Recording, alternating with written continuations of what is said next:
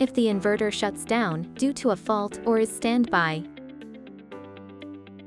It generates alarm 2039 AC overcurrent. Monitor. Shut down due to a fault. Log in to the Fusion Solar Smart PVMS.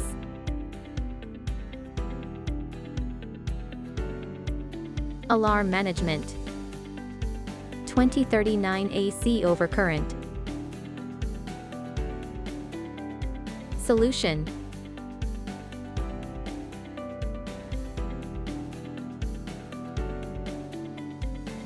Update the software to the latest version.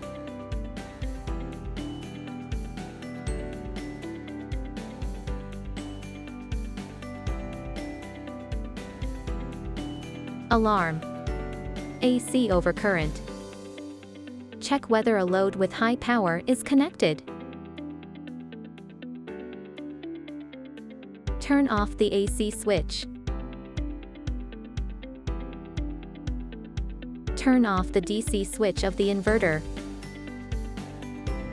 Measure the impedance on the AC power cable side. Other solutions.